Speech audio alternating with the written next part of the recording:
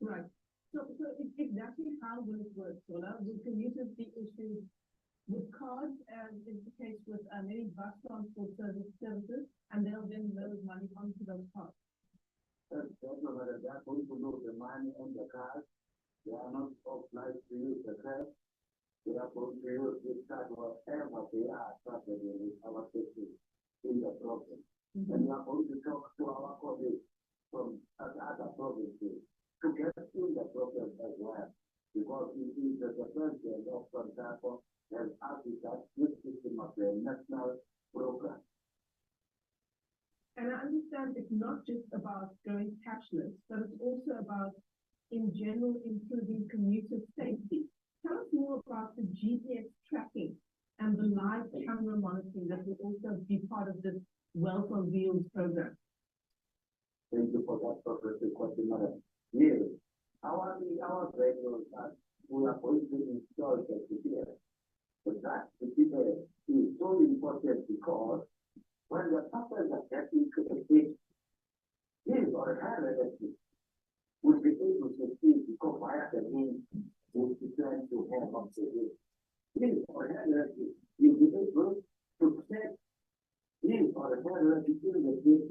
What he sees or what he sees now, if the patient will tell the relative and here now at the and here now at from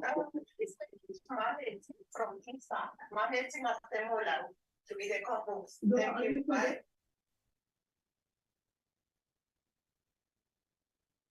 Oh, what if it is? We lost that connection to Zora and Yolanda there. And that was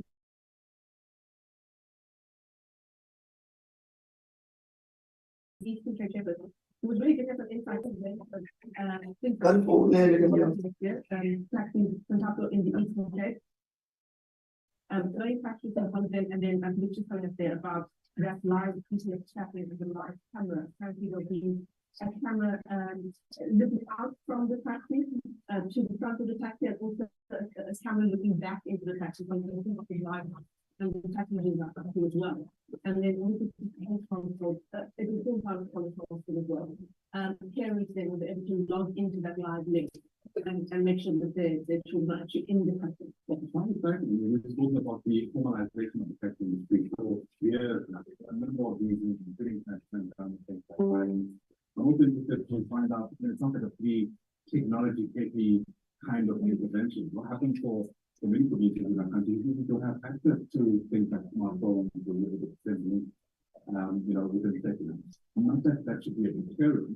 Somebody has to start somewhere. Yes. But I imagine there's still a number of thinking issues to hopefully finalize. Particularly, we can't get it. Yeah, it really is. Of the chairperson of the council, but hopefully we can pick up a conversation at this time. Yeah, absolutely. Those digital and sort of technologically driven initiatives, it's for digital use that will be working with the government to implement it. It's fantastic in case, but one of the other questions we wanted to know was, will it be rolled up nationally? You're not telling us there, but it is part of the national tax formalization process. That's fantastic. It is invited. But yeah, we'll try and get back on at a later stage and continue that conversation. It brings us to 8:38 on this Wednesday. Johannesburg is known and seen by South Africans and foreign nationals as the city of opportunities, or it was at one stage. Some arriving to their bold to business news, some with no place to stay. Yeah, but often they turn to inhabitable, crowded, hijacked buildings in search of greener pastures. Now, there's heightened focus on these buildings after 77 people died in the blaze last Thursday. Media Africa's Connor John spent a day in the city and filed for shrinkage. Johannesburg, the land of milk and honey, always buzzing.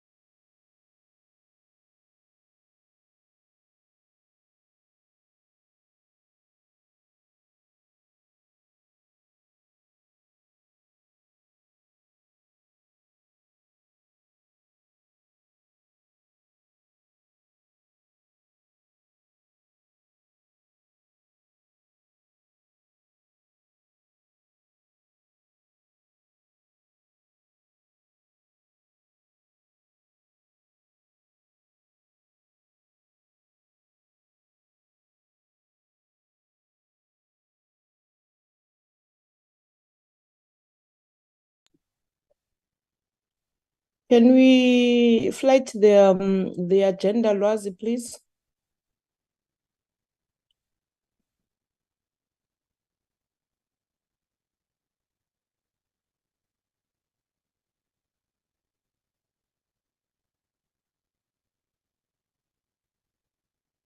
Thank you. I hope that we're correcting now. Mornings, Chairperson. Yes, we Much. Members of the Portfolio Committee of Public Works and Infrastructure, Minister Sihle Zikalala, Deputy Minister Bereswat, Acting Recording in DG, progress. and your team, our team from Parliament that supports the Portfolio Committee, and all those that are part of our meeting today, good morning. We continue with our Portfolio Committee meetings. Yesterday we had one, and today we are having another one. Don't know where this agenda has gone to now. But what is crucial about this item, which we're bringing it back, no, I'm not sure whether for the second time or third time in our Portfolio Committee, we expecting a report by the PMTE on the Refurbish, Operate and Transfer program. I think when Dr. Alec Muemi was reporting yesterday, he did touch on this ROT, he's saying ROT, but I want that P also to come in. It's not only ROT, it's Refurbish, Operate, Transfer program to address the poor state of government properties in cities and rural towns through the involvement of private sector investment. We were told about this program, but now we want a report on it. The reason we are concerned as the Portfolio Committee is the state of which the government properties are all over the country. I think the minister has gone and visited some of these properties, and I think recently he was in one of the police stations, and he commented on the state of a property and a police station as such. So as the Portfolio Committee, we are, as the public reps who are concerned, we have even at some point demanded to get a list of all the properties, but we then reduced to say the list of the properties that are declared as safe homes and all that. But the reality, the state of the properties of government, it's not good, not at all. You can compare a public hospital, huge. The difference is huge. And this also ends up the government having to rent out properties because of the state. And at some point, we did even say, as this Portfolio Committee, that this department has a potential of raising revenue, huge revenue through its properties. But the challenge is the state of its properties. And then you said to us, you have this program of refurbishing these properties. So we want that report. And we know that if you talk about refurbishing this, the government may not have the budget for it. And as such, you need to involve the private sector. So that is why we want this. It may not be the priority in your part, Minister, but we want to see a working government. We want to see a department that is utilizing its properties for all the other departments, not renting out, but ensuring that the departments are in a good state, especially the properties. On those few words, Minister, you are all welcome in this meeting, and we hope that we will get a report that is indicating where you're going when we talk about this property portfolio. Lwazi, the second item is the apologies. Do we have any apologies? Good morning, Chairperson. The only apology that I have is from Honorable Tring. And I see Okay. Honorable Van Schalkwyk is in the meeting. She had sent an apology yesterday, but I can see she's in the meeting, Chair.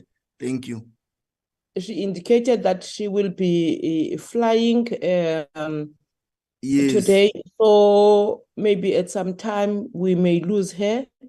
But I also want to indicate that in Acacia Park, there is some load shedding, so it depends where you are. Some of the lines may not be good for the members that are in Acacia Park. On that note, then, can we invite the minister to introduce the report? Minister?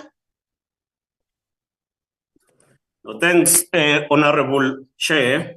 Greetings to you and greetings to all members of the portfolio, honorable members of the Portfolio Committee, the Director General, Ms. Makubele, as well as all DDGs, the head of ISA, Mr. Moyemi. May I also greet the administrative section of our Parliament, the Portfolio Committee. As you have alluded, Chair, we're coming back today on the issue of refurbish, operate, and transfer. Maybe because apologies were not taken, or they were taken as presented by the chair, I would like to indicate that my situation has not improved. So I will request to be excused at some point to join the ACID Cabinet Subcommittee, but I'll come back. Chair, if I may enter on the issue, maybe the presentation will focus on the work that has been done to accelerate the program of PPP, public-private partnership, in the element of renovate, operate, and transfer. The presentation will be led by the department and the ISA, I believe. For this meeting, we are going to focus on Telkom Towers as a precinct, but we will also deal with the issue of public works house, Silvertus building, the SAPS barracks, and the Department of Defense apartment.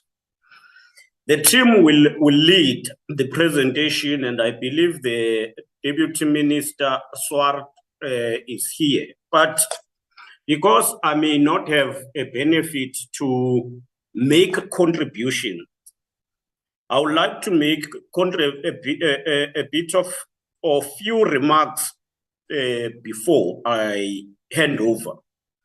The first is that in terms of PPPs are governed by Treasury regulations, and they need participation of Treasury in all processes. That then make a process to be prolonged and dependent on various stakeholders outside the department. The second is attached to that, the department, because of PFMA, cannot be able to transact and enter into a form of activities that are about transaction per se. And I do believe that it was for that reason that PMTE was established, and maybe established to become a fully fledged entity that look on the issue of management of properties of government and optimize value out of those properties. And maybe we will need to ask ourselves whether, which as the department we will have to discuss in detail, whether we are not at a point where we need a fully fledged entity that will work on this program, optimize and try to ensure that we get more value out of properties of government. ISA maybe can play also that role, one of the two, but it does appear that as the department, at the end, we may need to look on an entity that will optimize on this, because if it is a state entity, the regulations are better than a department per se. So the prolonged processes between the departments, if it becomes the triple P, is the one that contributes to this frustration. But also the entity, in most cases, if they are viable, not collapsed and mismanaged, the entity becomes more effective in managing the assets than the departments, because of number of things, including the capacity that you require from time to time. Now, we've got the presentation that will talk on 2 phases. Phase 1, which is about the 5 buildings that I've spoken about. And in it, there is phase 1A and phase 1B. Phase 1A talk to telecom towers, and then pilot phase 1B talk to the public works house, the Silvertas building, the SAPS barracks, as well as the defense apartment. Phase 2 is the one that look on the bulk of buildings to an extent that we think at that stage we can take 50 buildings in phase 2. We will then request that you allow the DG, she will direct us on who will lead the presentation. With that, I thank you, Honorable Chair.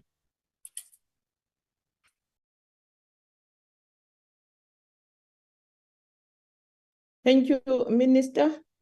Can we then invite the person who is going to lead the presentation? Good morning, Chairperson, and good morning, honorable members. Good morning, Minister and Deputy Minister and colleagues. Also the head of ISA. Chairperson, it will be, this program is one of the programs that we have handed over to Infrastructure South Africa for implementation.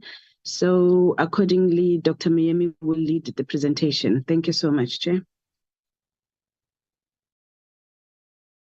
Thank you, Ms. Nyeleti. Dr. Miemi. Good morning, Honorable Chair, and good morning to members of the Portfolio Committee of Public Works and Infrastructure, and also a good morning to the Honorable Minister, Zikalala, and also Deputy Minister Swartz, and Acting DG Makubele, and colleagues within the Department of Public Works, and my colleagues within ISA, as well as colleagues in Parliament. Allow me to make a presentation, and I think the background the Minister has painted is succinct and helps us with the current presentation in the context that we were before the Portfolio Committee on the ROTP program in August of last year. And on that occasion, we were requested to paint a picture of what really the ROTP program seeks to achieve. Honorable Chairperson, we did present in full what the program is intended to do, how we intend to roll it out, and the fact that we were gonna work on a pilot and do project preparation on such a pilot to make sure that we get the best of the views out of it. Allow me then, Chair, in this regard to indicate that we have made an annexure to this presentation, which we had submitted together with the presentation. The annexure really still speaks to those mechanics that we presented the last time. We did not want to bore the committee by going through once more the very same issues as to what the program is intended to do. And I gathered from the opening remarks of the chairperson that the portfolio committee has a good hang of what the program is all about, and that whilst the program is supported, the portfolio committee wishes to know where we are with the rollout of this program and the implementation, which brings us to the current situation we're in, as well as a way forward that we would put forward. In terms of the current situation, Honorable Chair, one just needs to give a bit of a background or a recap on where we were in August when we came to brief the committee about this. And back then, Honorable Chair, we had outlined the focus of the fact that the department has about 90,000 facilities. And if you consider all of that, and you consider that the stratification of the current immovable asset register indicates the challenge of optimization of state assets, as Minister has outlined the critical capacity challenge there. And secondly, we had sought to say that those facilities that are in a fair as well as a bad condition, that we then look at the possibility of how this program can assist. At the outset, one is to indicate that this solution would not be an all-fit-all solution. It will have to be tailor-made, and it will have to be variated so that it suits the different conditions and the different portfolio that we have and the varied portfolio as it is. So to that extent and to this context, we're looking at plus minus 15 to 20,000 of these properties going into the ROTP program. And if you consider what size it is, ultimately, the pilot itself has got to be variated so that we can then be able to apply different lessons at different stages. And hence, the minister's outlining of the fact that we are doing this in phases and to look at how it's going to happen. Allow me, Chair, without wasting time, to then move to the next slide, which indicates the processes that we have undertaken since we were with you. In August, you would recall that the program was then transferred to ISA, and it was brought to us to assist in taking it forward and in bringing it to fruition. And we then worked on the legalities around this matter. By December 2022, we had a final legal opinion on the procurement processes that could be varied and that could assist us in terms of taking the process forward. It was recognized in that legal opinion that the room to maneuver were quite limited by the current laws and the current regulations, and that the framework within the law that was available for purposes of what we are seeking to do, placing a state-owned property into private hands for purposes of its refurbishment, for its exploitation, for raising returns on the investment, and ultimately for its reinstatement with the state, that there was no other vehicle provided in the law except Regulation 16, which governs the public-private partnerships. Consequent to that, armed with that, we then, without fail, undertook that we will take a two-pronged process. In order not to delay, we will, as a start, apply for all the properties that the department has placed in our purview to assist with our ROTP program, that we apply to the National Treasury for registration of a PPP in line with Regulation 16. But parallel to that process, we begin to engage the Treasury on the relaxation of some of the regulatory issues, particularly the protracted timeframes it takes for us to get to Treasury Approval 1 and ultimately Treasury Approval 2. So this, we have been running this on a parallel basis.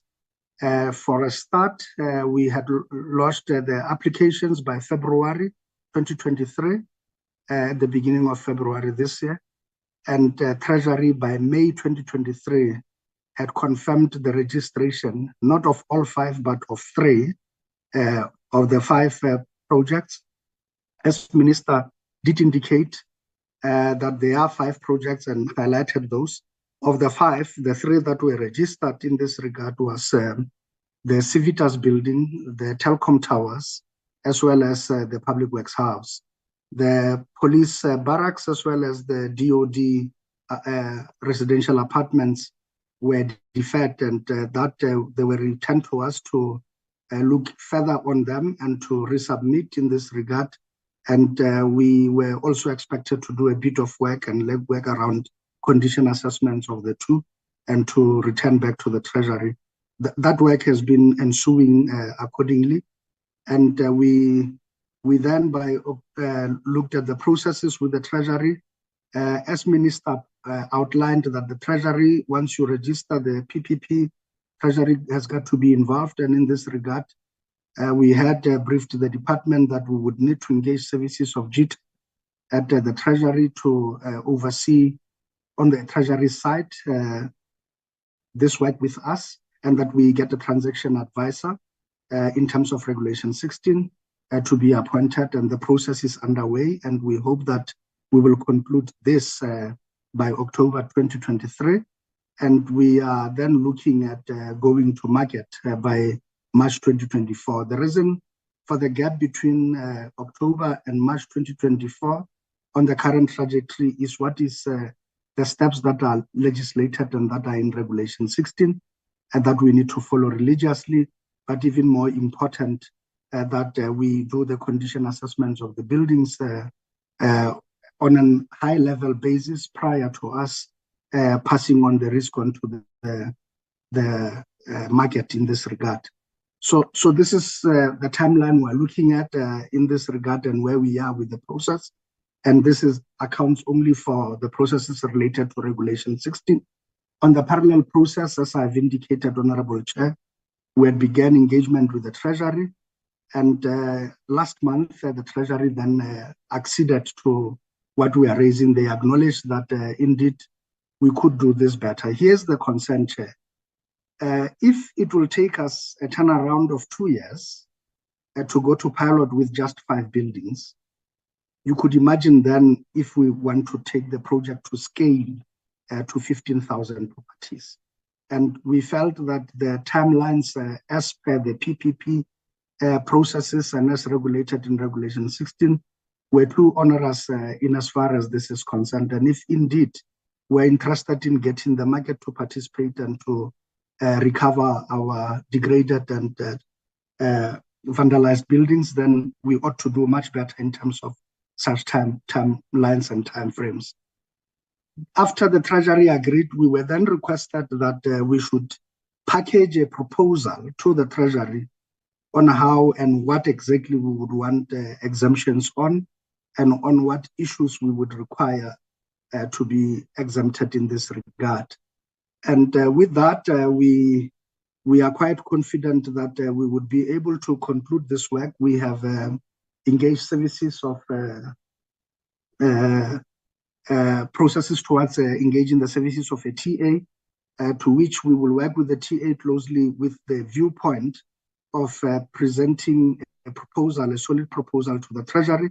We want to conclude this work by the end of August, so that by October, on the parallel process we provide to this, we think that should the Treasury grant us this approval, it may impact on the last 2 projects that are not yet registered, but for the ones that are already registered, the 3, we think that they will religiously follow the processes related to the PPPs in terms of Regulation 16. And should we be granted the exemptions we require, we would then be in a better position to roll out and take other projects to scale on a much robust and faster pace than we have been at it right now. And as the Chair can see, since ISA took over the project, we have been hard at work to bring it to finality. And in this regard, we will, on the first 3, do what we said will be necessary to be done. Just as an indicator of the timelines in terms of the way forward for 23-24 financial year, or towards the end of it in terms of where we are right now. You could see that now in Q3, we would be pursuing TA approval 1. Once we have made the submissions, we said we will make by October. And accordingly, by Q4, we are looking at reaching Treasury approval number 2A, specifically so that we can go to market and issue RFPs, as I have already indicated. As earlier provided, the challenges are with the current timelines of the subs barracks and the DOD apartments. What we can control on our side is how quickly we would be able to submit to the Treasury. And we have given ourselves by end of October, as I've indicated, and we will then have to await the Treasury's own processes. They have, in terms of the PPP process and framework, they've got 6 months to consider that, although we would put a lot of pressure that they do it even faster, considering that it will not be the first consideration of the program, but this is a return for the last 2 of the properties that we are seeking them to consider. And it's not a totally new program, as to say, but we're only enhancing the original information that was originally submitted. But again, if you would see here, in terms of the MTF process, we have been doing an analysis, a high-level analysis of the criterion for the suitability of buildings, and we had been requesting that the RAMS division of our department, Public Works, is supposed to give us a list ahead of time. Right now, we have the 5 for the pilot, but we think that depending on what type of properties are given to us in this regard, it will also help in influencing the nature of the variation in terms of methodologies for rollout of the pilot, so that we are ready, that should we be ready for the future phases of the program and the expansion of the program to take it to scale, we should have considered all of that. And consequently, regions have been at it identifying buildings, and we are now at the process of where we will receive in due course from the department the full list of what we require, and ultimately the suitability of those sites would have been looked at and tested, and based on the criterion agreed to, we would then look at the final selection for suitable sites with district municipalities and local municipalities, and plan together with them in terms of the enhancement and recovery of this, and going to market on all of the properties that will go to scale once we are done with the pilot. If you can see, the idea is that each project, because the buildings are not the same, and the buildings are not of the same size, and they are not purposed for the same type of thing. They are not all office spaces. Some are residential properties. It will determine the nature and the duration of the time on a project-by-project basis. And because we have not yet gone to market, we do not have the requisite timelines as to how long will contractors, once appointed, be able to do the work quickly and finish. But as you are aware, Chair, we share in your concern about the timeframes, and that's why we are running a parallel process to request the Treasury to relax some of the regulated timelines and timeframes and processes to allow us to move with speed. I think with that, Chair, that would be the summary really of where we are with the program. And the annexure that I've spoken to speaks to the context and the objective as encapsulated summarily by the Chair as well as the Minister. Thank you very much.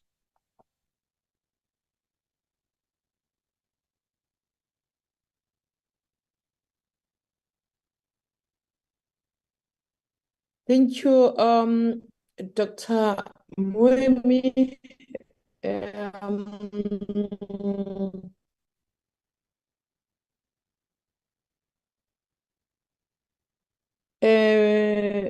Ms. Nyele, do you want to add something?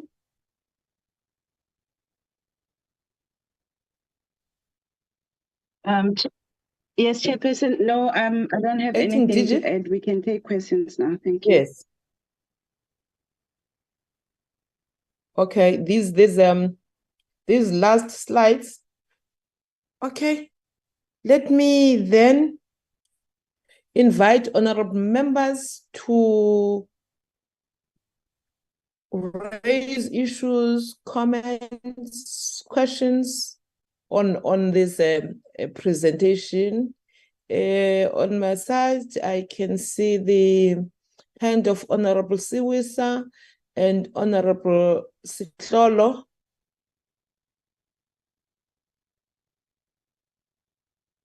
Honorable Siwisa. Thank you, Chair. Thank you, Chair, and good morning, everyone. Chair, yesterday the acting DG spoke about Operation Bring Back. I was waiting to hear more on Operation Bring Back. And then the minister spoke about public-private participation, if they can also elaborate on that. But Chair, my main concern is they are going, so Public Works has got buildings, they are going to give them to the private sector for the purpose of maintenance. And I don't know if this is the plan that they've been speaking about so long, because they said in one of the meetings that they have a plan how to maintain these buildings. So I'm not sure if that's one, because now in the past they had a problem. So they are going to bring in the private sector, lease some buildings to them for the purpose of maintenance and also for the purpose of investment. But in the past, Public Works had a problem of people not paying rentals on time. And I want to know what system is being put in place to ensure that even though they're leasing out their own buildings to private sector, is there any system in place to ensure that actually they get a revenue in return for the buildings that they're leasing out? And then again, as I've stated in the past, that Public Works is spending more on paying for rental of leasing from the private sector, and they're getting less revenue. They're spending more and they're getting less in return. So, Chair, this thing of maintenance of buildings is very concerning for all South Africans, because you find your state hospitals, your health facilities, your schools, your police stations, they are not being maintained. And I want to find out who's responsible, because we know that from the presentation that if we are leasing out, whoever is leasing the building from Public Works is responsible for maintenance. But now the public facilities, your health facilities, police stations, and all of those other buildings that are supposed to be maintained by Public Works are not being maintained. So what is the plan of Public Works to ensure that these buildings are actually maintained, because they are in a very serious bad condition? So maybe if they can elaborate, I made a note yesterday about Operation Bring Back. What plans do they have about Operation Bring Back? All those buildings, are they even sure that some of these buildings do belong to Public Works? Thank you, Chair. Thank you, Honorable Siwisa. Honorable Sitlolo. Chairperson, a very good morning to you and a very good morning to the colleagues. Chair, ordinarily this would be a presentation that is much welcomed. However, there are a number of issues that I think ought to be addressed or that I need clarity on, because I certainly believe that... Honorable Sitlolo, just a minute, please. Can this the presentation be removed from the screen? As you all know that this is being recorded, so would like to see the member that is speaking. Can you remove the presentation, the person who... Tabang, can you please remove the screen, the presentation from the screen? The person who was assisting Dr. Mwemi. Mr. Tabang Hladi, can you please remove the presentation from our screens? Thank you. Continue, Honorable Sihlalo. Yes, Chair, I actually also wanted to change my background for the same purpose that you've highlighted now. Let me just check if it is okay. I think this should be well in order. Chair, thank you very much. Can I just get clarity from the acting DG in as far as IDT is concerned? I had thought, perhaps I may be mistaken and I would need clarity on that the IDT would be the department's facility management entity. And I wonder why then ISA has been brought in this respect. And I want to perhaps also then, I don't know if I think the minister is gone, but there are a number of issues that I think I should just read out verbatim from the notes here.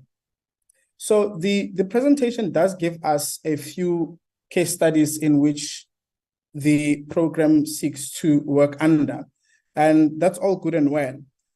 But what we need to keep in mind is that we do oversight over the executive, and that the executive is the leader of policy. The policy that consists of law, the regulations and practice notes that guide how to improve how the portfolio should be led. The minister should as such then drive action towards designing policy that then seeks to improve this particular program. And as such, this particular presentation of this particular program cannot work in spite of the very positive presentations that have been undertaken by Mr. Moemi. And I highlight the reasons as to why this is. The PMTE does not have sufficient qualified personnel to manage government properties and facilities. And to fill that particular caveat, the president and the minister need to rearrange the DPWI. The addition of infrastructure to the Public Works Department, the creation of Infrastructure South Africa inside of the DPWI. This means that the executive has not yet addressed the incomplete operationalization, share of the PMTE. This particular operationalization, which was supposed to have resulted in property management and trading entity that would generate funds from the construction program management by collecting fees from government departments once they built police stations or prisons or whatever other facilities, the refurbishment and maintenance of government properties, which of course, if you look at the PMTE, they've clearly not done this for a number of years, or they've rather been unable to do this for a number of years. DPWI as a government property construction management, accommodation and policy leader has not provided the necessary leadership in this respect. The take here is that DPWI and PMTE chair need to lead the property construction and professionalization. Let me just go back here, chair. Provide the necessary leadership in this respect to the extent that it provides guidance for national, provincial, and local government to excel at managing its properties, which has not happened as yet. The executive of Public Works and Infrastructure, for many years now, chair, has not yet completed the review of the white paper on construction and the professional built environment. There is no draft public works bill in spite of it going for being promised for a number of years as far back as the fourth administration.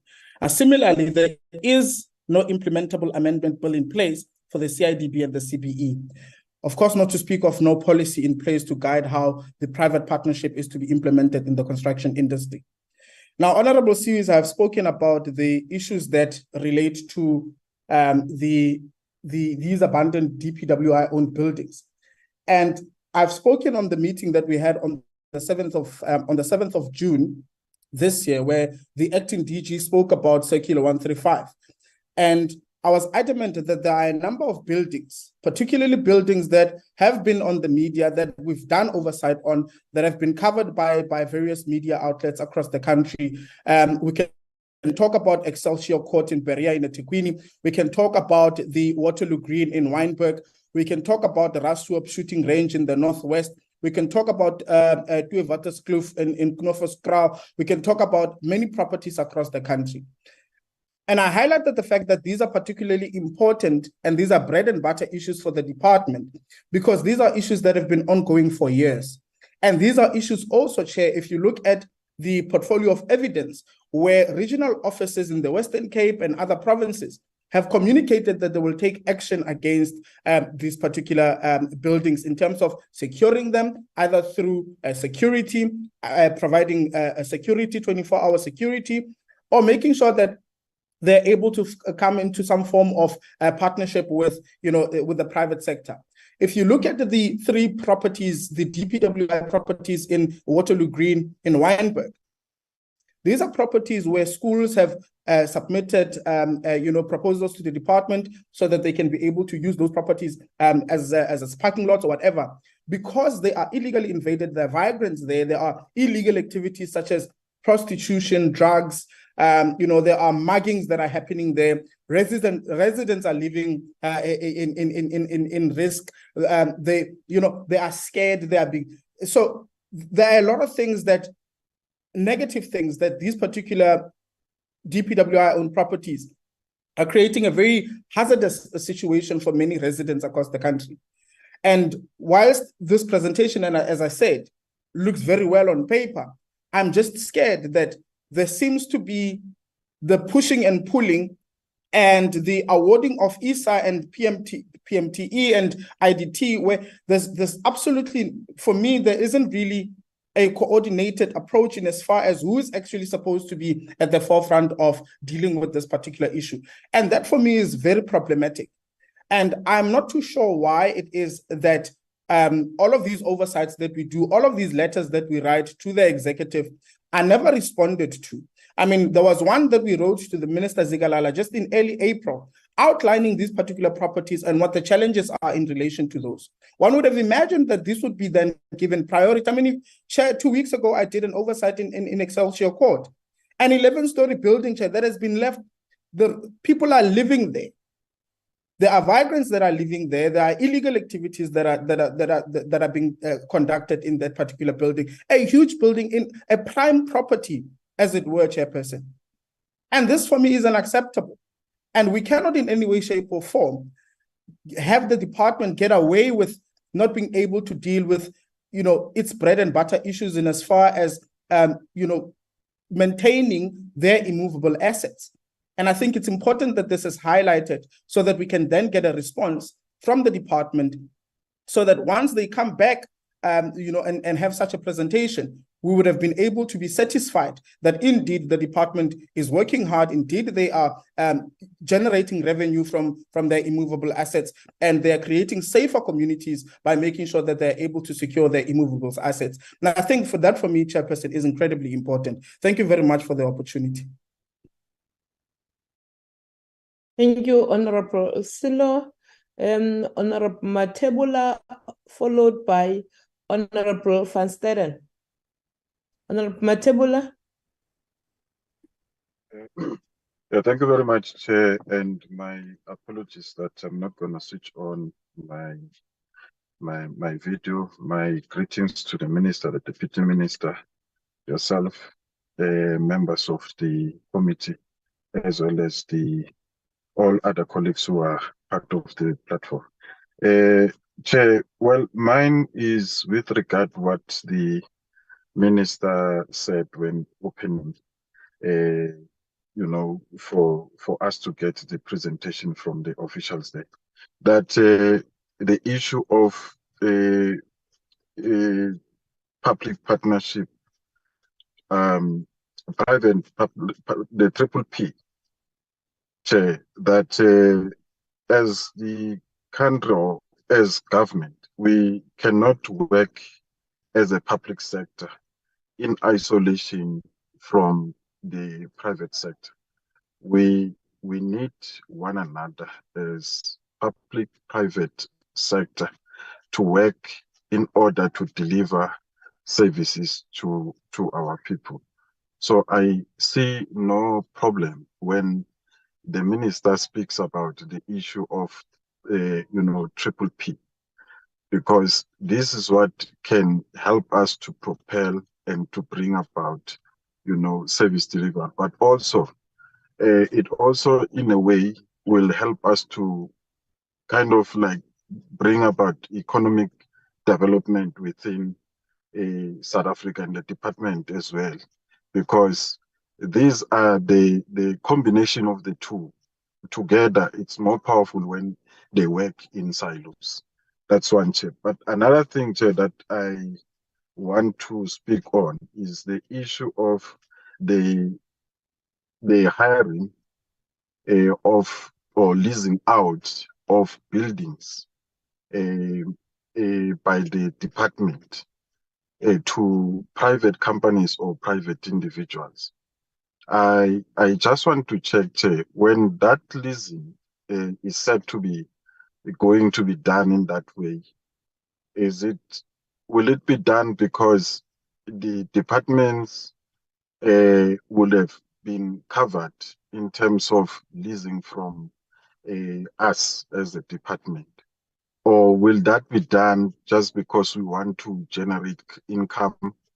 And also, I want to check because we must try and avoid the situation. We have in the past spoken to this about this, that you have government departments who are leasing properties or buildings from private sector. And, you know, the departments would be paying quite a lot of money because they are leasing, from other private companies or private individuals.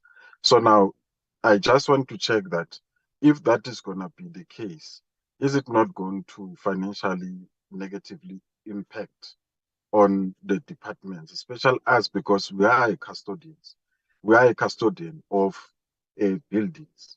When you talk about issues of buildings that are owned by government, of which we must take care of the departments in terms of ensuring that they get those buildings leased from us before they are actually leased out to private individuals or companies. But again, Chair, I lastly want to also check this. I think the purpose of saying we are leasing, buildings because we want them to be maintained, I think is incorrect. I don't think that we have so much of incapacity that we cannot maintain our own departments. Buildings. I think we need to take a real look at this and try to begin to see to it that we do these things in-house. If needs be, that we kind of like then get people employed into the departments that they've got the necessary skill that you can get from the private sector. Let us do so instead of us, leasing buildings for the purposes of, getting them maintained. But I also just want to check that how is it planned that this thing will last? That these buildings are going to be leased out for the purposes of maintenance, if it is so, and how is it, or how long is it gonna last? Is it gonna last for 3 months? Is it gonna last for the whole year? Is there any plan that is there to try and ensure that this thing does not, because I think, like I have said, that it's going to cost us more if we are going to be doing it's going to be done by private sector than it is done by us as the department. Thank you, Chair. Thank you, Honorable Matebula. Honorable Van Sterren. Thank you, Chair. Apologies also for my video. A challenge here in Akasha Park this morning. I see my inverter just kick off, so I'm getting to start to get problems.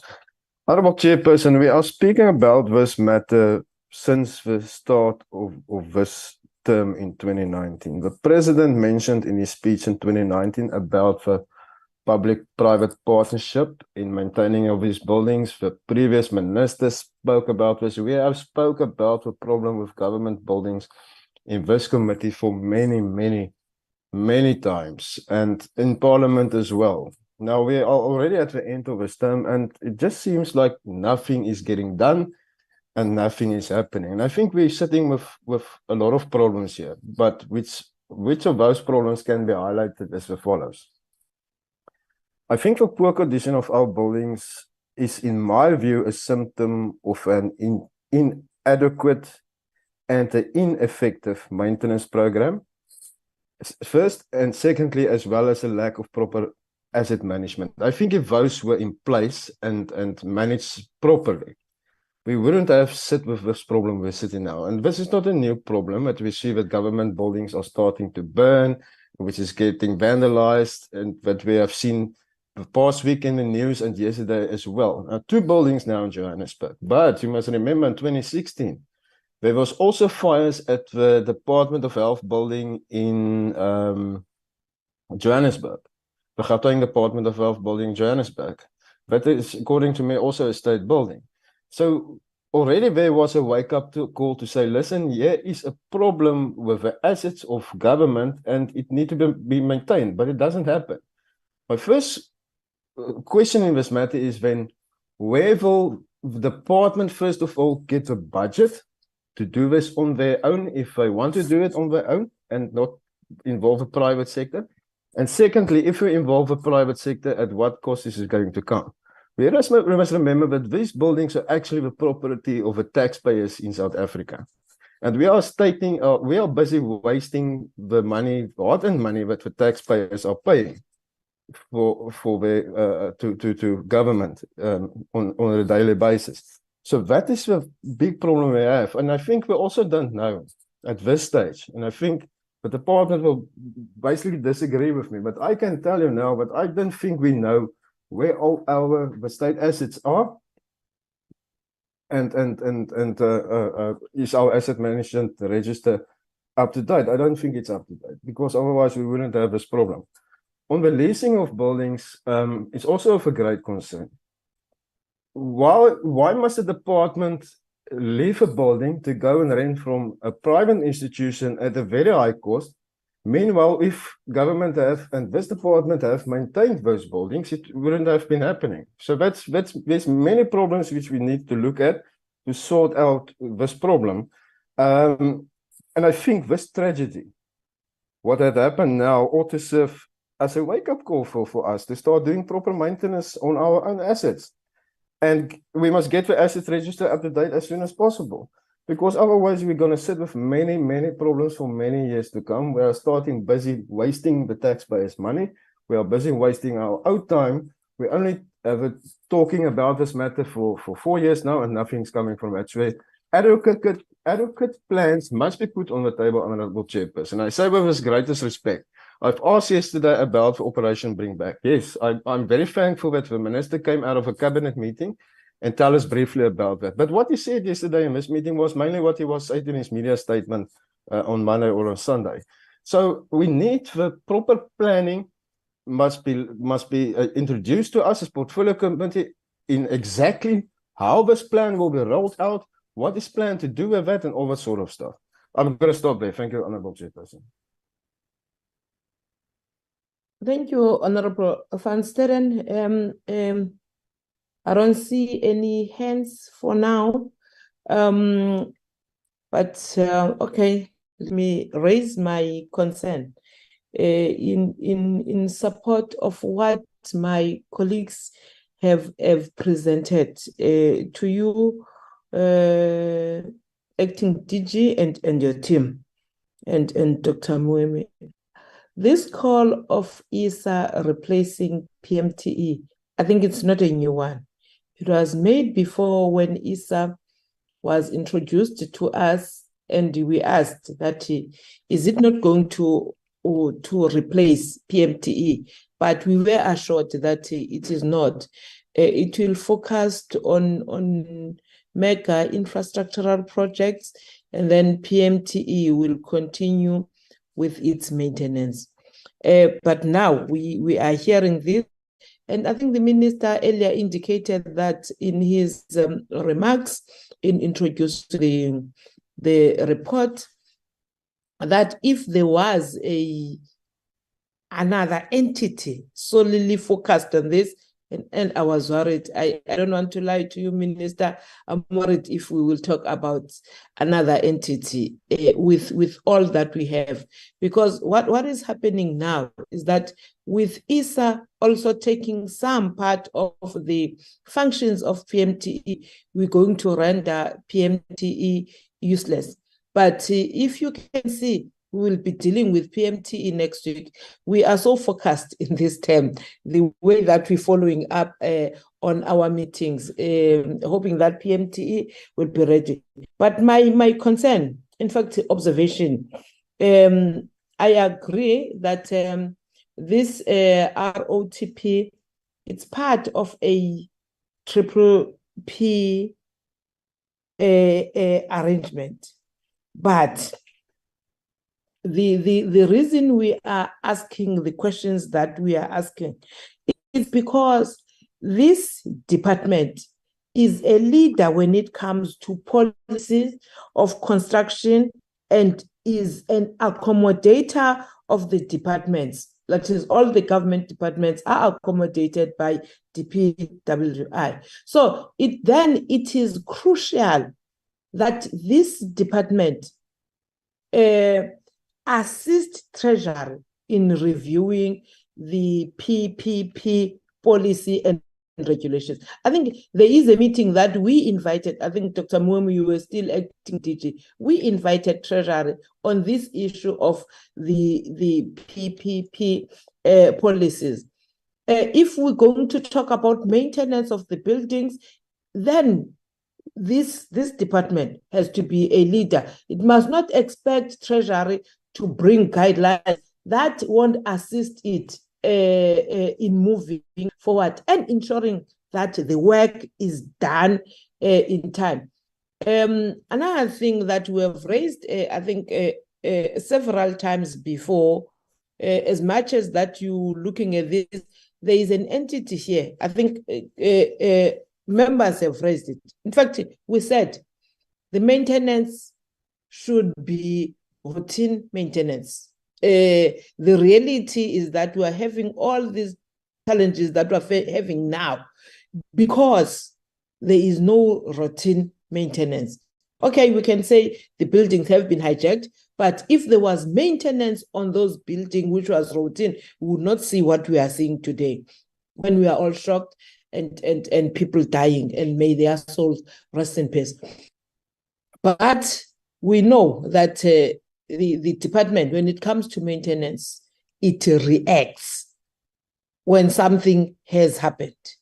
The issue of properties, not necessarily the one that were mentioned by Minister, and Minister, I don't want to lie to you, as this portfolio committee, in our legacy report, we will talk about telecom towers. No, that one, it is not fair. I think we told you in the first meeting, where we appreciated that you went there and you promised that everything will be fast-tracked there. It is not on. We went there and what we saw, it was not good. Worse, when we were given a report that was glowing, saying everything is done. And when there, it was actually the opposite of what we were given. So I understand that you have maybe accelerated the issue of telecom towers to be done as part of these projects. I hope that we'll see at least this time next year, there will be great changes when it comes to telecom towers. We may not be part of the team that will be doing with that, but at least there is something that has to be finished, Minister, especially on the issue of telecom towers. It's one thing that as this portfolio committee, we are taking note of. Lastly, on this issue of this program involving private investors, I hope that in one of the things that you'll be doing, you have an entity that is proving to be so effective when it comes to maintaining other departments' building, not the DPWI properties, the IDT. We've seen what it is doing with with Department of Education. We've seen what it is doing with Department of Defense being reported to our meetings. But at no stage that you are saying that as much as you'll be bringing in DPSA and all that, there's nothing that you are talking about IDT. I think at some stage you need to be proud of an entity that is doing good work for other departments. Thank you. I don't know, so Matebola, was it a hand or a thumb? Okay, over to you, Dr. Muemi.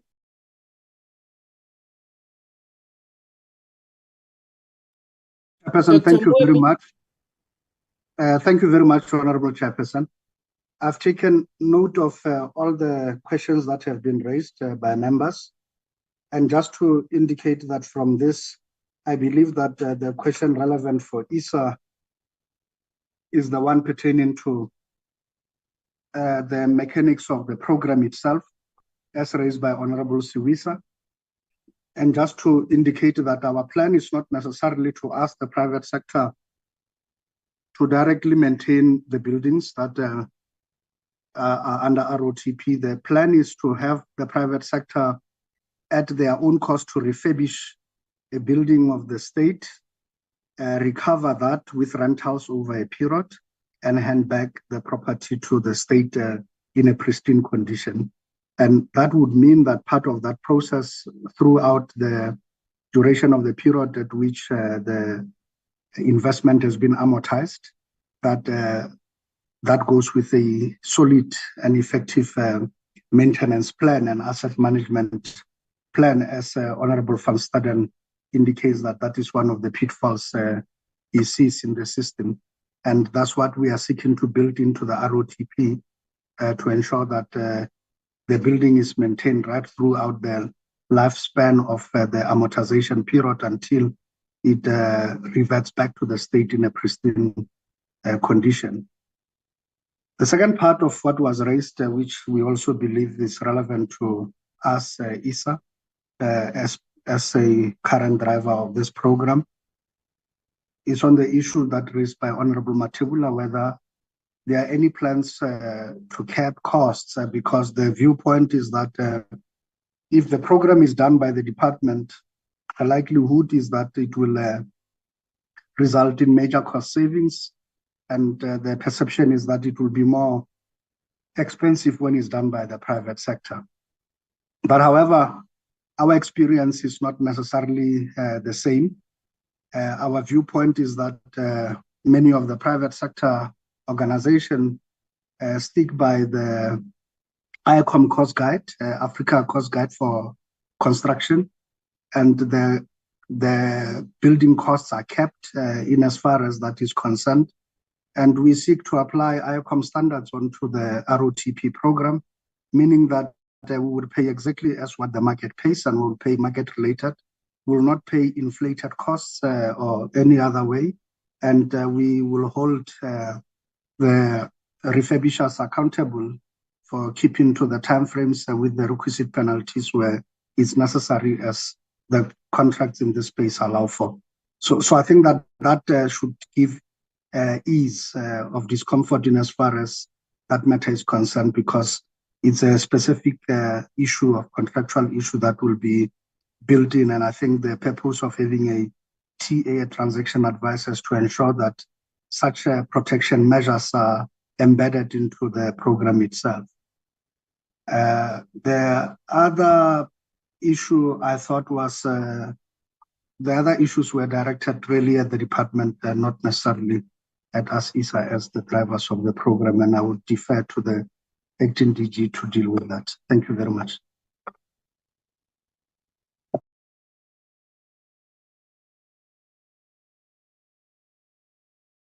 Acting DG.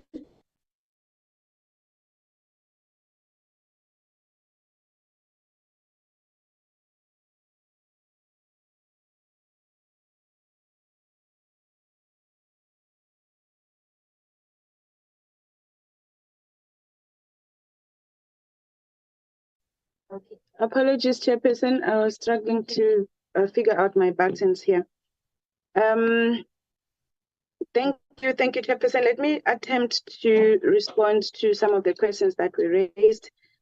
From Honorable Suisa on the and Honorable, I think, Van Staden, there was a question around OBB, or Operation Bring Back, on just more information on what the department is doing there. As stated previously, Chairperson, this program was started out of the discovery of illegal occupation of about 1,260 odd buildings by the SIU, and that is what gave birth to this program. We have struggled as a department to get it off the ground, but we have finally got necessarily approvals from our supply chain, and the advert is going out during this particular month that we're in to get a service provider to assist us. The OBB has got three, I don't want to call, maybe phases or elements to it. It's got three elements to it. The first element is where we believe that there could be people that are occupying our facilities based on legacy housing policies that we had as government, where we used to house perhaps judges or former homelands. So the families of those people are probably still occupying those buildings, and that is where we need to start, by trying to regularize those and get them to pay at least market-related rental according to National Treasury, or wherever there could be exemption that are made, we at least recover enough to be able to pay the rates and taxes, because the rates and taxes are it's one of our biggest challenges as a department, where we pay for those properties that people are occupying. The second leg would be obviously the recovery of buildings that are illegally occupied or illegally transferred. The minister has given examples of the one property in Midrand where we were successful in terms of reversing that particular transaction. There's still a lot of court cases that will go on this particular issue, because this is where some of our officials may have been involved in the sale or illegal sale of our properties. And then there are more buildings that we are hoping, this is the third element, that we're hoping to still discover. So there is a forensic element on the OBB where we're still going to go out there and try to recover or identify properties that may have been stolen. So that is the whole program in its entirety. It's a 3-year program that will start, I think, according to the project execution plan. Contracting should be finalized by November, December this year. So from 2024, January, February, the program will start to roll out, and we're making it a 3-year program. And obviously it will be reviewed if we feel that there's still more work that needs to be done, we can review the period, but the initial review period, the initial period is 3 years. Honorable Suisa also requested more information on the triple P. Honorable Suisa, I think where we come from as a department, when we first conceptualized ROTP, we were hoping to bypass the triple P in its full-blown sense, where it's a full concession, because we felt that it takes too long. Like on average, a triple P will take between 5 to 7 years in certain instances. So we were hoping with ROTP, we can use the lease as a financing tool, and we can bypass some of the triple P processes. Unfortunately, when we did a legal opinion, the legal opinion came back and said the triple P route is the only way that we need to follow, hence the delays. But the triple Ps have been, I think as reported by Dr. Mwemi, they have been registered, and the process is now ongoing. Honorable Suisa also raised an issue of leasing out our own properties to the private sector. That is where the Circular 135 is coming to, as well as raised by Honorable Polo. So the issue about letting out our properties, we're looking at properties where we are actually paying rates and taxes, and we're not able to recover, or we are safeguarding the properties ourselves. So we keep on spending money on those properties. So we're saying if there is a private entity or individual out there who can lease the property from us and at least help us cover those properties. So we take care of the safeguarding of the property and also get income enough to be able to pay for the rates and taxes for the various properties. And also Circular 135 has got an investment arm into it, where we say maybe a commercial person can identify a property and they apply with us to use that property, and they can invest, and then we can give them a long enough lease for them to be able to recover their investment into the buildings, but therefore making sure that that property at that particular time is not heavy on the fiscus of the department. On the leasing budget, it is indeed true that our leasing budget for this particular financial year is standing at 6 billion, but the department has a lot of leases that we have with our client departments where we're letting out our own properties, and this is mostly our residential properties. On the office accommodation, it is indeed true that we don't have a lot of office accommodation that we're leasing out to our client departments. Hence the ROTP comes into play, where we are going to renovate specific buildings for accommodation. Honorable C. Tulu also raised an issue about the draft public works bill. It is true that the bill is still in draft. There's still a lot of back and forth that we're going through, including legal opinions and constitutionality of the bill. So it is indeed still in draft and not yet ready for the other processes. Honorable Sikulu, on the issue of applications from various schools, the Circular 135 has started to be implemented, and where we started was dealing with legacy applications that we have received over the years that were not receiving attention because we did not have a framework. But now the framework is in place and we are busy processing those applications. So if there's a specific application from various schools, I know there are those that we have already approved in the Eastern Cape, I think in previous financial years, but we would like to get more details on that one and see if we can assist them in terms of those applications. I don't have that information in front of me right now, so I'm not sure if I can deal with that specific question, but I would really appreciate more information. Honorable Matebula raised an issue about maintenance and how the department does maintenance, whether we do in-house maintenance, and I think Dr. Miemi also attempted to respond to this particular one. The department does have workshops in various provinces. We just had a meeting with the minister actually on Monday, where we are looking at scaling up our workshops to beef up our in-house maintenance capability so that we reduce the reliance on service providers. We also have a situation where we allow clients to do specific small maintenance on their own. It used to be an amount of 100,000 per incident, and some clients have requested that this amount be raised to 1 million, which has been granted. So clients are able to do their own smaller maintenance. Where perhaps Public Works needs to step in is where we find that the work is more complicated, or where mechanical installations are concerned, like gensets and your chiller plants. That's where Public Works would say, perhaps let's send our team to assist the clients. And then the normal day-to-day maintenance, where we have smaller contractors dealing with day-to-day maintenance. That's another way we deal with maintenance. And then recently we are rolling out the Total Facilities Management Program. That is a more expensive way of doing maintenance, but the most reliable so far. It includes routine maintenance and smaller upgrades of smaller equipment in the facilities.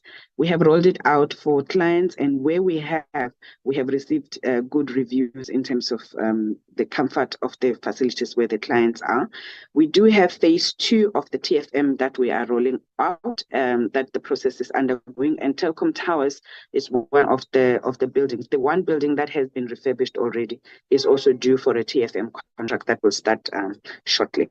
So we are aware of the various methodologies of maintenance, and we are implementing to the effect that we were able to do. And then the final one is the refurbishment, and I will take the refurbishment back to the ROTP as well, because this is where you would have maintained a building for so long that it's no longer maintainable and you need to capitalize the infrastructure.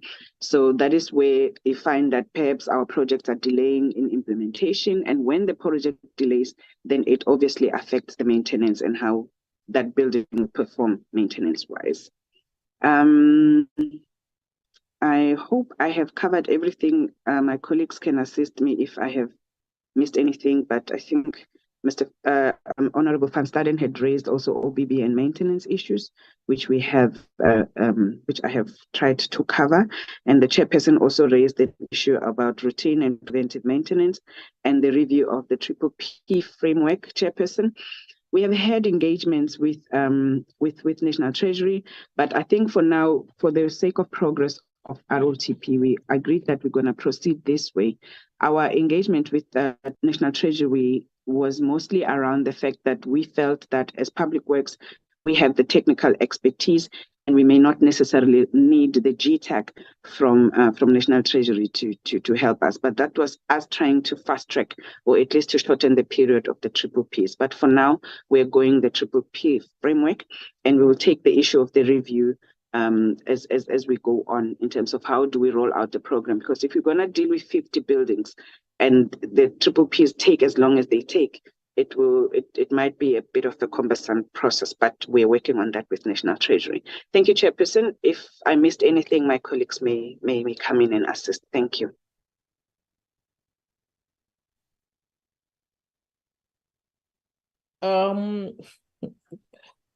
Thank you, Acting DG. Okay, let me take other hands. I can see Honorable Sill's hand is up. Honorable Matabelo's hand is also up. Over to you, honorable members. Chairperson, thank you. If I'm a bit blurry, it's because we've just been load shed here in Parliament, so you may not see me accordingly. So I do apologize for that. Chairperson, I want to be selfish here and ask a question of clarity from the acting DG and the department. I've went through Circular 135 and I've went through the properties that the acting DG had said during the meeting that we had on June the 7th, that would be the first phase of Circular 135. I want to ask, what exactly is Circular 135? Is it a regulatory document? What is it exactly? Is it a policy of the department in terms of leasing? What is it? And on top of that, the proposals, which I will send gladly to the acting DG, or the proposal that I highlighted, I will send to the acting DG, as well as many others that may come through as we do our oversight so that they can receive much needed attention. But I just want to get an understanding, Chair, of, I mean, circular, I read it, I get what it is that it wants to achieve, but what is it a document that has been sent across the board to all departments? Do all the DGs or acting DGs of these other departments have Circular 135? Do they know what it is about? Or is it a document that was drafted purely for the benefit of DPWI? And if so, how then do we wish to then look at its implementation and what the benefit that may very well be have been highlighted therein can be? And if it's not an official policy document, and it's just a document that kind of talks about how the leasing process needs to happen and so forth and so on, how do we then get to a point? And then it raises the point that I spoke about in terms of policy, to actually getting this particular policy done so that Circular 135 can be a standing policy of the department that is noted and known by all other client departments in terms of assisting the department to be able to then deal with its leasing accordingly. Thank you, Chair. Thank you, Honorable Honorable Suwisa. Thank you, Chair. You know, Chair, there's the, you know, when you are given Can you raise your voice, Honorable Suwisa, please? Oh, sorry, Chair. Thank you. Am I audible now? Yes. Okay, sorry about that, Chair. Chair, when you are given a vague explanation or an answer, it raises concerns. But that's a discussion for another day. Chair, I want to ask the acting DG. So this operation Bring Back, since it started, they've only managed to bring back only one building. And what are the reasons that they cannot take all of these buildings and make sure that they come back as property of public works?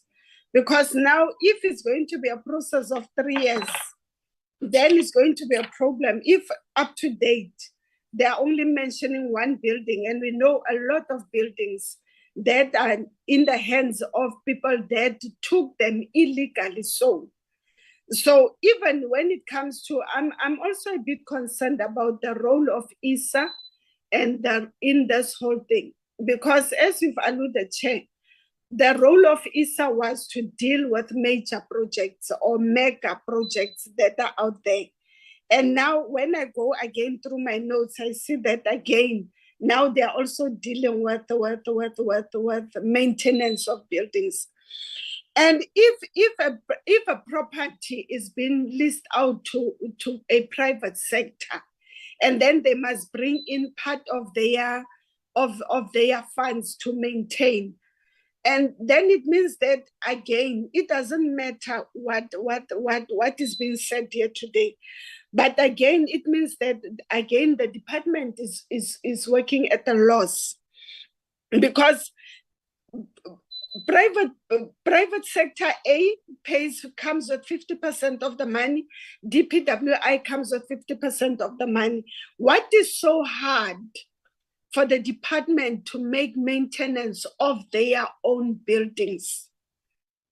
Because we've been told time and again that there is a maintenance plan that is going to be introduced. And the only thing that we always hear about is that the private sector is going to be brought in to deal with 1, 2, 3, 4, 5, 6. But we are never actually told that this is the plan. This is how we are going to do it. We are being told it's a routine. What routine if the plan is not put there to say, this is how we are going to do it. This is how many times we are going to do it. And these are the people that are going to be responsible. There is no maintenance plan that is being put on the table. Now we are being told about ISA. Yesterday, ISA was dealing with mega cities. Today, ISA is dealing with maintenance. Actually, what is the role of ISA in the Department of Public Works? Because what's more concerning, Chair, is that we cannot even do oversight over ISA, because it's an entity that answers to the office of the presidency. So actually, what is the role of ISA in the Department of Public Works? It's raising a lot of concerns as to ISA. Now it seems as if ISA is going to take over everything that needs to be done by the Department of Public Works, and then PMTE is going to be rendered useless in the whole process. So I'm a bit concerned, Chair. I'm not satisfied when it comes to how maintenance is actually going to be done, because even the houses that we are sitting in are a health hazard to some of us. We are sitting with torn curtains and people are looking at us as we move up and down. Coming to consultation with National Treasury, and it's incomplete. There's always a case of we are consulting National Treasury, but we never get actually what happens after consultation. How far is your consultation? Because as I said yesterday, Chair, we are at the last year of the 6th administration, and we are still going to be told that National Treasury this and that, but the Department of Public Works is not doing enough because there are no timeframes in place for them to do what needs to be done. Everything is a vague answer. Everything is just there in a pool. It's in the Atlantic Ocean. We don't know where it starts, where it ends, because there are no timeframes. That is why we'll always be told that we are in talks with National Treasury. Thank you, Chair. Thank you, Honorable Suisa, Honorable Van Staden.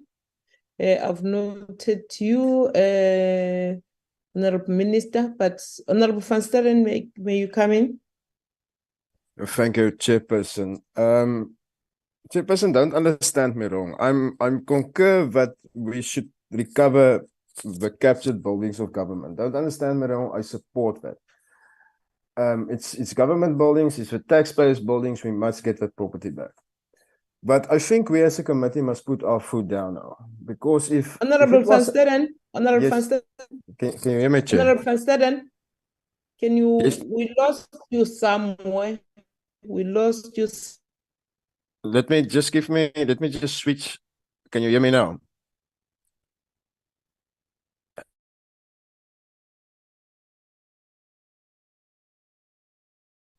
I can hear you perfectly, Honorable Van Staden. I don't know if the chair is still on. I think it's the chairperson's connection. Oh, okay. Thank you, members. Thank you. Chair, Thank you. sorry, can you hear me? Can you hear me now? No. They're saying it's my connection. So at least if the minister and the department have heard you, it's fine. Please continue. No, I haven't spoken yet. I've tried to go over to another Wi-Fi, so I will start from over. I haven't said much. No, thank you, Chairperson. Now, what I was saying was that don't understand me wrong. I concur that government should recover its captured buildings. It's actually the property of the taxpayer, and we must get that buildings back.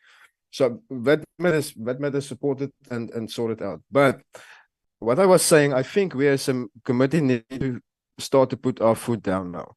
Because of poor maintenance, we are sitting with a problem. We are in the bad situation we are currently in, and we must get out of it now. And I think it's time that the maintenance program of all government buildings must be presented to this committee, as well as the asset register. We don't have to do it while the media is attending the committee meetings. We can go into a committee and discuss the matters then, but it needs done, and I think it must be presented to us. Otherwise, we're going to run in circles like the past 4 years, and we're not going to achieve anything. My other concern is if we take, when the hijacked buildings is taken back, my other concern is that there will be some groups out there which will come to the aid of these people who will be evicted in terms of Section 26 of the Constitution to provide accommodation for those people currently there. So that is my other concern. How are we going to get past that hurdle? And I think it's a matter which also needs attention. Thank you, Chairperson. Thank you, Honorable Van Staden. I think the minister is back and would like to respond to some of the questions that are raised. Over to you, Honorable Minister. No, thanks, Chair. May I switch off my video so that I will be audible? I don't trust the network on this side. Now, I think, colleagues, partly Honorable Van Staden is trying to assist the committee.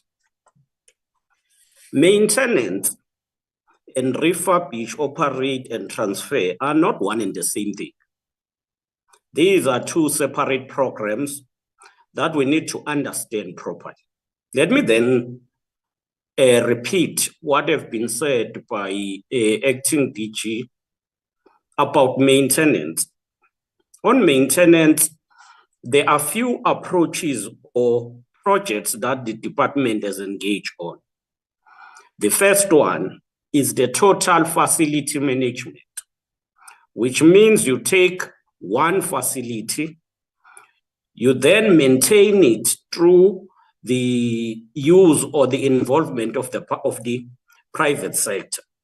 There are a number of those, they've been kept very well. Then the second approach on maintenance, that goes to build the capacity of the state, the Department of Public Works, entails firstly re-establishing workshops that will be ensure that we carry or we conduct the day-to-day maintenance, as well as physical maintenance of what you would say it's equipments and all of those things. So that is being done. And maintenance in terms of cleaning and gardening, we've taken it to the EPWP. And even on areas such as the courts and all of that, we've started that approach. So that is about maintenance. It has nothing to do with refurbish, operate, and transfer. What is refurbish, operate, and transfer is the process where the department identifies its own buildings. And because these buildings are dilapidated, they will therefore need to be renovated so that we reduce the rental account and we build the capacity of the state. In this regard, the department is facing few problems, which include, among others, that currently we are paying, as the DG said, rate and taxes. Secondly, there is a bloating rental account. Thirdly, currently the state won't have enough financial capacity to renovate these buildings. Now, what then do you do to reduce the rental account, reduce rate and taxes that we are paying for buildings that are not utilized? You then come with this plan, renovate, operate, and transfer. The department package through ISA and enter through Treasury into an agreement with a private sector to say, here is a building, you will renovate it at your own expense. We're going to lease it to you, and then you will bring it back to the government. We're not selling the buildings to government, to the private sector. We are just saying, renovate it because the amount of renovation might not be there now. And going forward, the private sector benefit through the rent that will be paid. But at the end, the state benefit through bringing back, through ensuring that these buildings are utilized and therefore they get back once the agreement is exhausted. Now, Circular 135, I doubt whether Honorable Sitlolo do understand this. I may request through you, Chair, that we maybe have this in committee so that we will clarify each other, because he claims to have read the document, but the answer shows the lack of understanding. The DG in previous meetings indicated that Circular 135 will be issued to invite the private sector to invest in these buildings. Now, it is a circular that says to the private sector, come on board for a particular period, whether 10 years or 15 years, you are going to build now, you will renovate these buildings, you maintain and operate, you operate them for this period, 10 years. After that, they come back renovated, well-maintained to government. Now, government on the other side, through a program also of facility management, is building its capacity through the department. Now, I would request that maybe we be brought to an in-committee where we can then share details, because some of the things are either a genuine lack of understanding, or some political gimmicks that do not help us to go forward. Now, I thought I should try to separate the two so that they would be clear to all of us. And I think the issues of maintenance, the issues of rental, how do we decrease the rental account to a point where it will be less and it will only happen in case where we don't have buildings.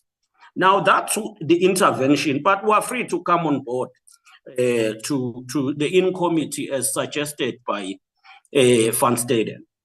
I must also brief the committee. The building that caused the damage in Johannesburg is not our building. It was a building of the municipality, but the municipality also took that building to an NPO, which was gonna run some charity activities. Now, in that process, the building was hijacked, hence illegal occupation. That talked to a separate area of bring back program. So I thought I should respond to that. We take a view, a suggestion from you, Chair, and others, that maybe we can consider our own entities in terms of other operations such as maintenance, like IDT and all of that. We will explore that going forward. And we are for insourcing.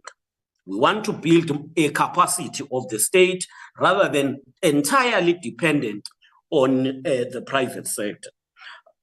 Chair, I thought I should assist in those few questions and then request to leave because the meeting is starting now. I've been always here and listening to colleagues, to honorable members speaking.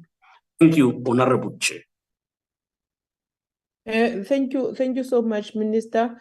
But just before you leave, Minister, and to continue with the department, there's something that we have raised here that as much as you have this program, you have PPP and all that, but when it comes to construction and accommodation of the government departments, you must guide the policy.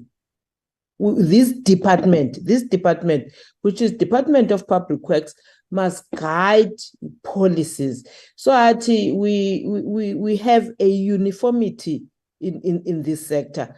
We know that Treasury, when it comes to issues of private, it leads. But when it comes to construction, when it comes to accommodation of buildings, I think that is your portfolio. You must guide those policies that will be adopted in the future, and that will lead in ensuring that there's uniformity in the sector. I just wanted to raise this because I raised it earlier. I don't know whether you were still with us, but I want to raise it again. I don't know. Yes, Honorable Chair. Yeah, okay, Honorable Minister. Yeah, we take your point. We must guide, we must have an overarching policy in terms of construction, maintenance, which is the different program of government buildings, and ensure that departments, when they need buildings, we lease or we give them the departmental buildings rather than growing the private sector capacity at the expense of the state. I've heard that, we're taking that, we'll be free to engage on what we are doing in details. Thanks, Chair. Okay, thank you, Minister. Honorable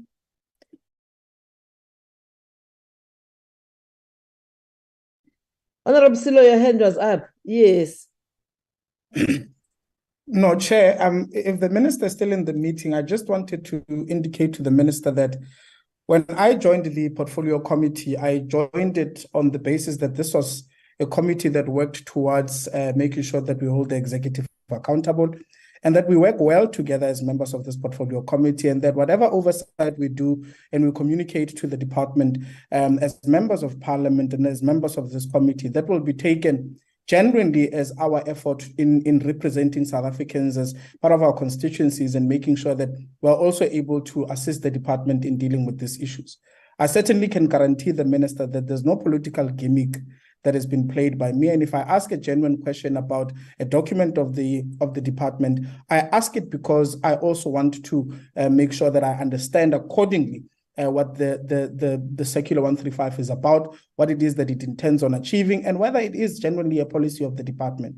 I am not playing any political gimmick. I will never play any political gimmick in this particular committee. This is not a place for it. And that has been clearly communicated when I joined the department.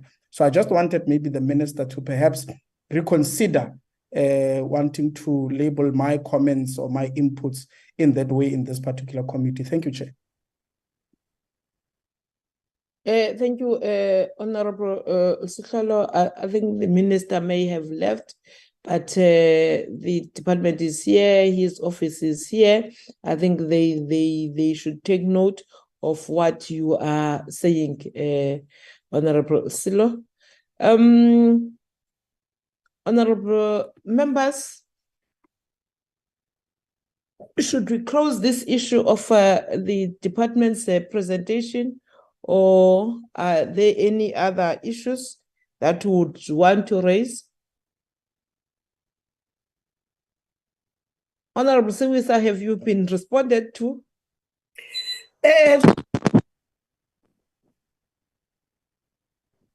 Honorable Siwisa? Yes, honorable member. Yeah, I'm saying what I'm asking for is the maintenance plan that we've been told about since 2019. And we are in 2023. Can we given the maintenance plan and not be told about ISA and private sector? How is the department going to maintain their state buildings, because they are falling apart? Lifts are not working, roofs are falling off, toilets are not working in clinics, schools are not properly built. So what is the maintenance plan? That's what I'm asking for, Chair. If they can send us that one, I think I'll be satisfied for the coming 10 years. Thank you. Thank you, Honorable Siwisa. I think your question is not that different from Honorable Van Staden, and I believe it was not that much responded to. Honorable Van Staden? I've noted you, Deputy Minister. Honorable Van Staden? No, thank you, Chair. Now, I've put a proposal on the table that we, as a committee, set aside dates that we can go in committee with the Minister and the department to sort out these matters of maintenance and assets and all that stuff. And I want to ask you that we can look at it to go forward with this, please. Thank you, Honorable Van Staden. I can see there's a message from Honorable Tring. I don't know whether he has joined the meeting or you would like to talk, but I can't read properly. I have a challenge. Honorable Tring?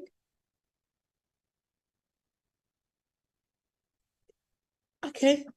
DM? Honorable Swartz?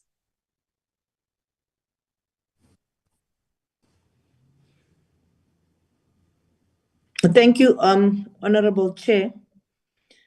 Honorable Chair, mine is to say that because there is so much issues that have been raised by different members, honorable members of the committee, around the role of ISA versus PMTE, and also that Honorable Siwisa has stressed around the maintenance plan, I would then suggest, Honorable Chair, that in the next portfolio committee, we include this as agenda items so that there is a proper presentation around the role of ISA itself versus PMTE and the different roles, so that we are all on the same page in terms of where ISA fits in and how they might not be taking over the role of PMTE as per se,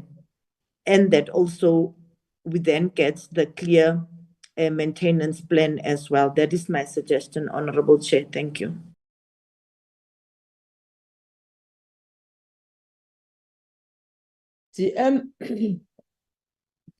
For that, honorable members,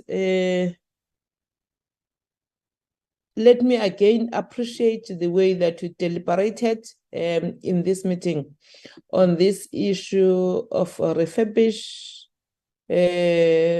operate, transfer program. that the department is bringing to us. It introduced this program last year, as Dr. Mwemi indicated, but today they are reporting on it. Yes, we have some questions not answered. And the issue of the maintenance plan, it has been our cry since 2019, DM, as you are the one that is leading this delegation now. We indicated that when it comes to the department, it reacts when it comes to maintenance. There is no routine maintenance plan in place. Information that we want, because that is the reality, lifts are falling and all that and all that and all that.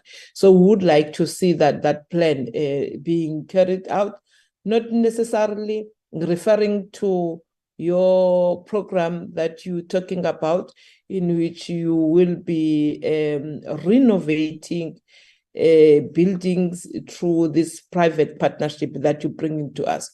But one thing that has to be clear at DM, when we end this meeting, when you were reporting to us on these issues, it's something that I've said to the minister. Oh, please note that next week we'll be dealing with PMTE. That one. Some of the questions that were presented here would come back when we deal with PMTE. Next week we're dealing with PMTE. So what actually, as the portfolio committee is clear, we are saying that the total facilities manager, the ROTP, the circular 135, we see these attempts, all of them, as maintenance. We see all these attempts that you bring to us, talking about maintenance, but bringing in the private sector. I want to maintain this. I want to repeat it, that as much as you're doing this, you must lead as this department when it comes to policy formulation, because you are the one that are dealing with construction. You are the one that are accommodating all the departments in your properties. So you must lead. Honorable Sihlolo raised an issue of the Public Works Act, something that we raised when we came in. I decided not to talk about it today, because we said if that Public Works bill was present, you would not have these challenges of... Stabiso, can you please switch off your mic? You will not have these challenges when you want to collect monies from those that you think buildings. Stabiso, can someone take out Stabiso from our meeting?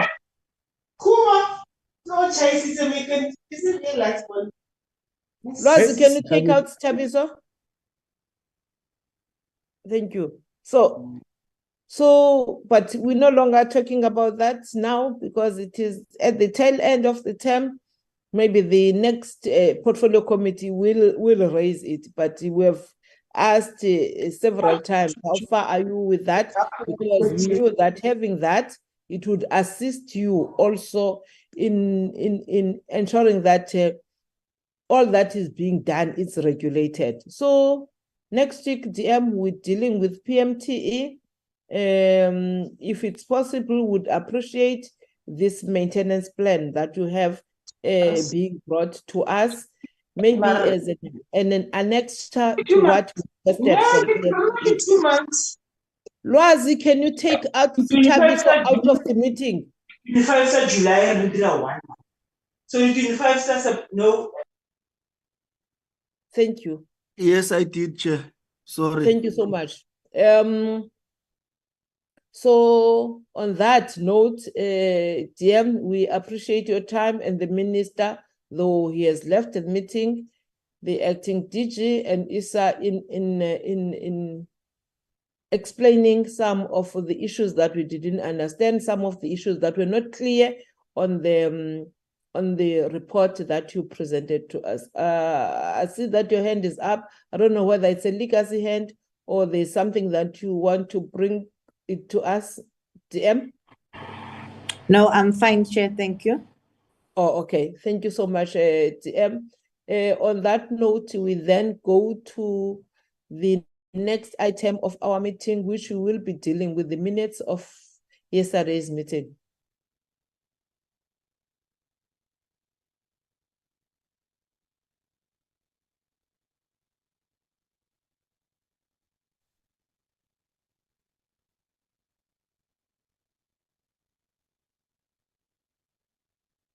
Thank you, and honorable members. Those are the minutes of our yesterday's meeting. Can you also check whether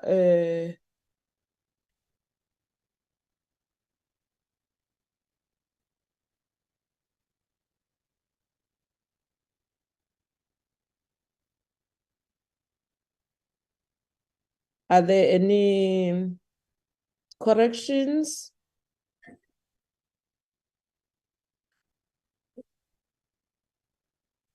Are there any corrections, honorable members, that would like to make on these minutes?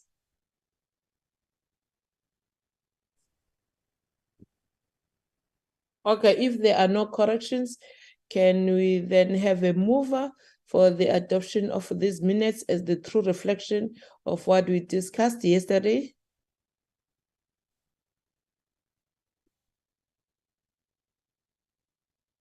May I have a mover, honorable members? I move for the adoption of the minutes, Chair. Thank you, honorable member. May we then have a seconder? May we have a seconder? I can't see whether anyone has raised his or her hand. I'll second, Chairperson. Thank you, Honorable Van Sterren. Can you please also note in the apologies, this apology came when we have already started the meeting of Honorable Zondo, saying that he is attending a physical committee, portfolio committee of health, so he wouldn't be able to join. So if you can record that, it came whilst the department was presenting, so I couldn't put it in. So if you please note that, because there's been an apology that has been made. Honorable members, thank you again for such an interactive meeting. The way that you have prepared for our portfolio committees this month of September is that we are focusing. Next week, honorable members, we are going to be dealing with PMTE, and some of the questions that we asked today will be relevant. Thank you again for your time and ensuring that we had a progressive, interactive meeting. The meeting is adjourned. Thank you. Thank you, Chair. Thank you so much, Chairperson. Thank you.